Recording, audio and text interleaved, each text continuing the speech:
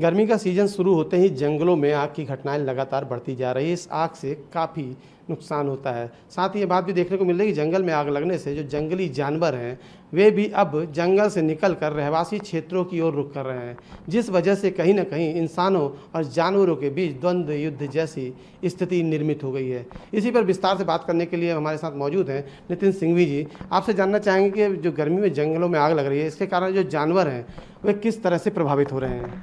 देखिए, ऑलरेडी पूरा पर्टिकुलरली पिछले 100 सालों में हमने प्रत्येक जानवर का हैबिटेट कम कर दिया है, जिसमें अम्ब्रेला स्पीसीज, टाइगर्स, एलिफेंट्स, ये तो है ही, भालू भी है और ये सब प्रकार के जो जानवर हैं सबका हैबिटेट कम हो गया है।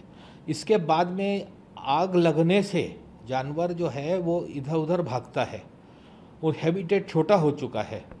उसके बाद में पूरे जंगलों के आसपास में गांव बने हुए हैं, गांव में घुस जाता है जानवर, पर्टिकुलरली हिरण और ये सब भी, और सब जानवर तेंदुआ वगैरह जब भय से जो है भागते हैं और दूसरे के हैबिटेट में चले जाते हैं, तो इससे बड़ी समस्या होती है। और इसमें कोई दो मत नहीं है कि जंगलों का आग लगने से उनका हैबिटेट और कम होता है।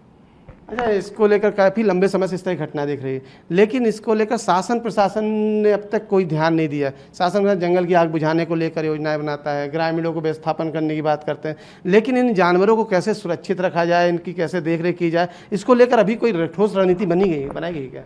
नहीं, इस प्रकार की कोई रणनीति विभाग ने नहीं बनाई है। विभाग का दुर्भाग्य तो अभी तक के ये रहा 2020 तक के कि इनको जितने फायर वॉचर्स लगते थे उतने ये लोग वहाँ पर नियुक्ति नहीं करते थे और आर्थिक चीज़ों का बहाना करके उनकी नियुक्ति नहीं होती थी।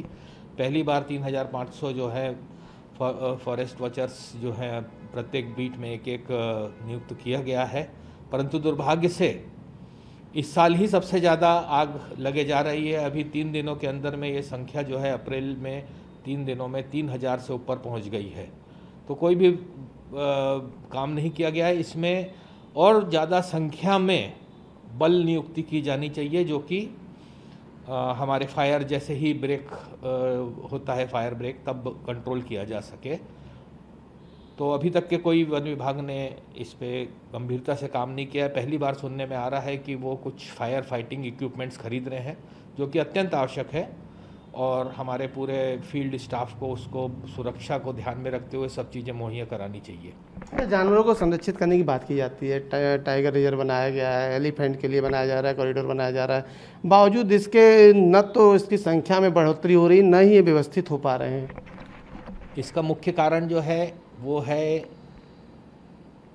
अपात्रों को हमने पट्टा बांट दिया है जंगल में 2006 के एक्ट के तहत में। लाखों की संख्या में अपात्रों को हमने पट्टा बांटा है, जो जंगल में जाकर के रहने लग गए हैं।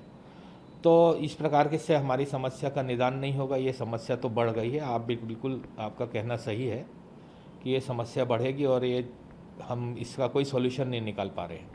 राज्य सरकार भी कुछ जानवरों को संरक्षित करने के लिए योजना बनाई, जैसे हाथी को लेकर, टाइगर को लेकर, लेकिन जो बाकी छोटे मोटे जानवर हैं, भालू हैं, हिरन है या अन्य जानवर हैं, इनको लेकर न तो कोई योजना है, न तो उनको उनके हाल पर छोड़ दिया गया है। क्या ये सही है?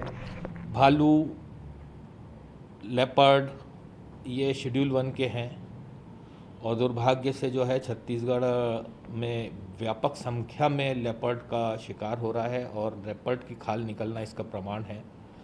पानी के लिए भालू किस कदर भटकते हैं, ये शेड्यूल 1 के स्पीसीज़ हैं, ये हम देखते हैं आए दिन। तो इसमें जहाँ तक के वन्य प्राणियों की बात है, तो मेरी राय में तो हिरण से लेकर के जो हमारे अम्ब्रेला स्पीसीज़ है, सबको बराबर देख करके सबकी सुरक्षा करनी चाहिए। आज यह स्थिति हो गई कि प्रदेश में पक्षी देखने को नहीं मिलते। जो जंगलों में पक्षियाँ रहते थे, जिनकी चहचहाट सुनने को मिलती थी, और इस अग्निकांड के कारण या व्यवस्थाओं के कारण आज उनकी संख्या भी काफ़ी सीमित हो गई। क्या मानते हैं?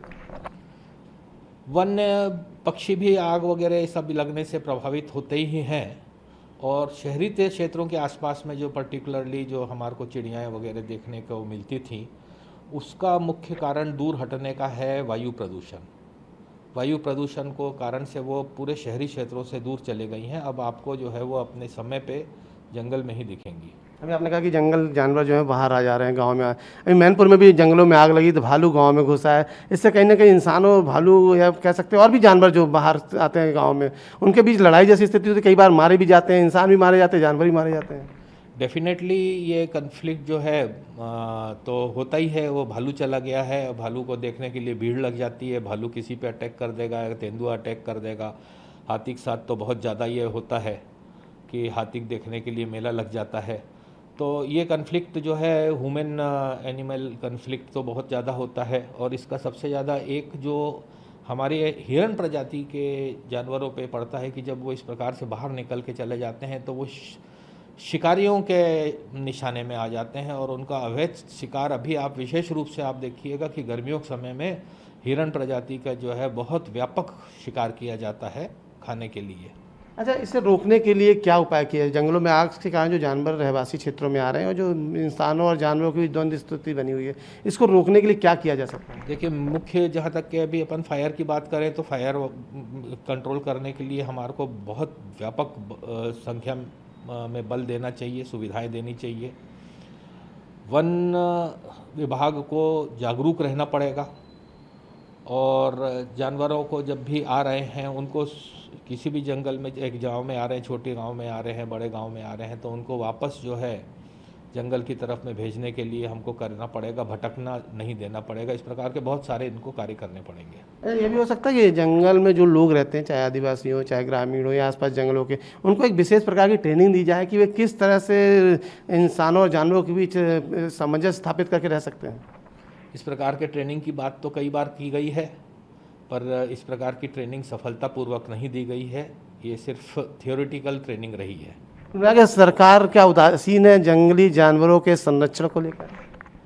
मैं वन विभाग के लिए तो विशेष रूप से कहूँगा, क्योंकि वन विभाग अपनी सोच जो है वन्य प्राणियों की रक्षा और जंगलों की रक्षा करने की अब इनकी सोच नहीं रही है।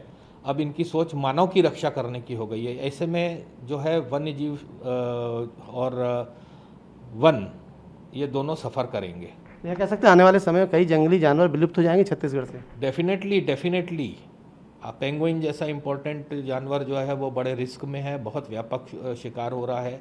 बाघों का शिकार के आंकड़े जो हैं, जिस हिसाब से बाघों की खाल मिल रही है, तेंदुए की खाल मिल रही हैं, हाथी मर रहे हैं, तो इसमें से आप ये मान के चलिए कि एक समय आने पे विलुप्त हो ही जाएंगे। टाइगर तो ऑलमोस्ट छत्तीसगढ़ से विलुप्त हो गया है। कुछ टाइगर बचे हुए हैं, इंद्रावती तरफ में होने की उम्मीद है, परंतु वहाँ पर वन विभाग के पास में जो है नक्सल का बहाना बना हुआ है। तो ये थे नितिन सिंघवी जी ने, जिन्होंने बताया कि आज जिस तरह से व्यवस्थाएं हैं जंगलों में, न तो शासन प्रशासन ध्यान दे रहा है, न वन विभाग दे रहा है। और यही कारण है कि कई जो जंगली जानवर हैं उनकी जो प्रजातियां हैं वो विलुप्ति की कगार पर है। और यदि ऐसे में जल्द इसको रोकने के लिए, इसके संरक्षण के लिए कोई बड़ा कदम नहीं उठाया गया तो आने वाले समय में छत्तीसगढ़ में कई जंगली जानवर देखने को भी नहीं मिलेंगे। और अब जिस तरह से आग की घटनाओं को लेकर कहा जा रहा है, आग लगने से जो जंगली जानवर है रहवासी क्षेत्रों की ओर रुख कर रहे हैं, उसके लिए भी कहीं ना कहीं ग्रामीणों को भी प्रशिक्षित करना होगा कि अगर कोई जानवर आता है तो उसके साथ कैसा बर्ताव करें और उन्हें वापस जंगल में कैसे भेजा जाए, इसको लेकर भी प्रशिक्षित किया जाए। तभी जंगली जानवर और इंसानों के बीच एक अच्छा कह सकते हैं दोस्ती नुमा माहौल बन पाएगा। और जो जानवर इंसानों पर हमला करते हैं और जो इंसानों पर जानवर हमला करते हैं वे नहीं होगा। और इससे कहीं ना कहीं आने वाले समय में लोगों को भी राहत मिलेगी। अब देखना है आने वाले समय में सरकार इसको लेकर क्या कदम उठाती है, आगों को रोकने के लिए क्या कदम उठाती है, साथ ही जंगली जानवरों को लेकर और उनके संरक्षण के लिए क्या योजना बनाती है, ये आने वाले समय में स्पष्ट हो पाएगा। कैमरामैन मिथिलेश साहू के साथ प्रवीण कुमार सिंह, ईटी भारत, रायपुर।